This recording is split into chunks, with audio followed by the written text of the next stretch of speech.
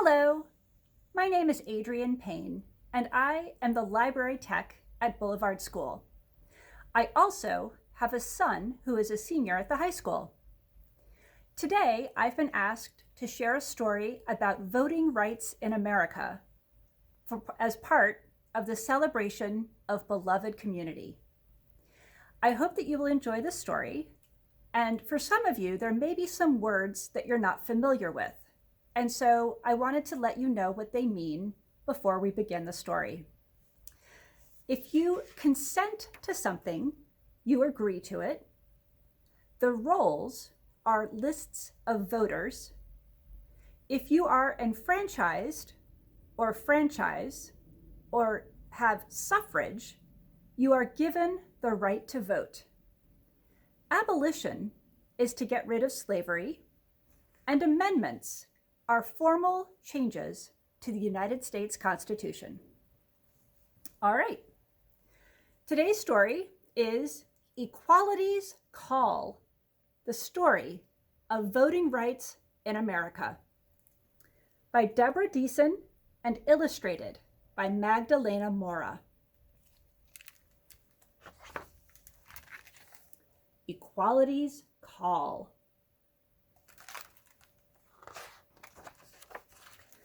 Our founders declared, when our country began, that consent of the governed was part of the plan.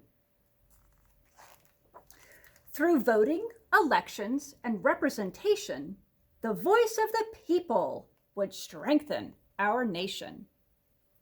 We've got James Madison, George Washington, and Thomas Jefferson figuring out the details. In fact, though, for years, this great founding ideal was extended to some, and for others, not real. But we heard in the distance equality's call. A right isn't right till it's granted to all. The states set the rules about who got to vote, and your gender, your race, and your wealth were of note. White men with property went to the polls, but the rest of the people were left off the rolls. The dream of democracy wasn't yet true. There were changes to make. There was work still to do. But we heard, growing clearer, equality's call. A right isn't right till it's granted to all. The rules about wealth were the first thing to go. As more were enfranchised, their voices could grow. And a small group of voices was raising the fact that enslavement was wrong, an unspeakable act. Good people stood up for the truth that they knew. Abolition and suffrage were long overdue. And here's Sojourner Truth speaking before a large audience. We heard ever louder, equality's call. A right isn't right till it's granted to all. And there's W.E.B. Du Bois. There was war in our nation, and slavery ended. Amendments were added, the franchise extended. And there's Abraham Lincoln. Now more men could vote, at least so the law said, yet denial through taxes and tests was widespread. And the voices of women were mostly omitted. In only some states was their voting permitted. Copies of big, long tests that you would have to take if you wanted to vote. But nothing could muffle equality's call. A right isn't right till it's granted to all. And here we have Mabel Pinghua Lee. Suffragists didn't give up on the fight, and the 19th Amendment gave women the right. But voters of color still met with oppression. Their voting was hindered by brutal suppression. There's many suffragists here. We've got Mary Church Terrell, Anna Julia Cooper, Josephine St. Pierre Ruffins, Ida B. Wells Barnett, Susan B. Anthony, Alice Paul, Lucy Stone, and Carrie Chapman Catt.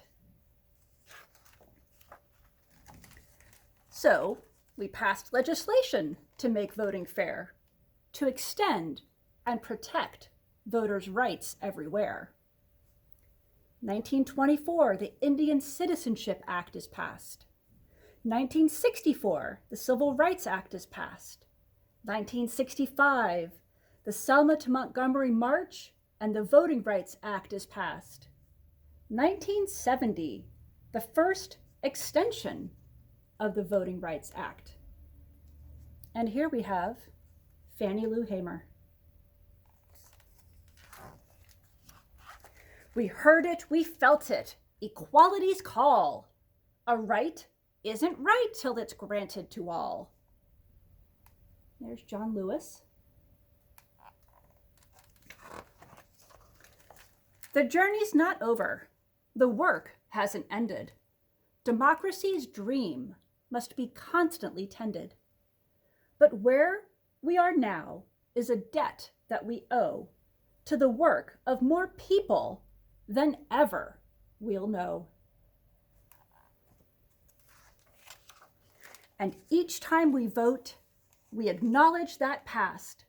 We honor our rights to ensure they will last. There's Martin Luther King Jr. For to vote is to answer equality's call, and each time we vote with them all. And there's Dolores Huerta.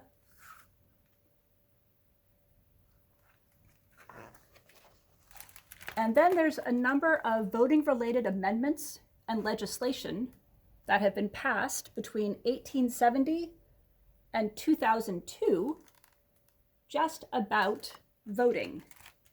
The 15th Amendment granted African American men the right to vote. The 19th Amendment granted women the right to vote.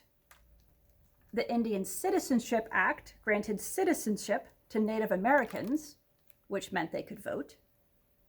The Chinese Exclusion Repeal Act granted citizenship to some Chinese immigrants. And the Immigration and Nationality Act ended Asian American citizenship restrictions.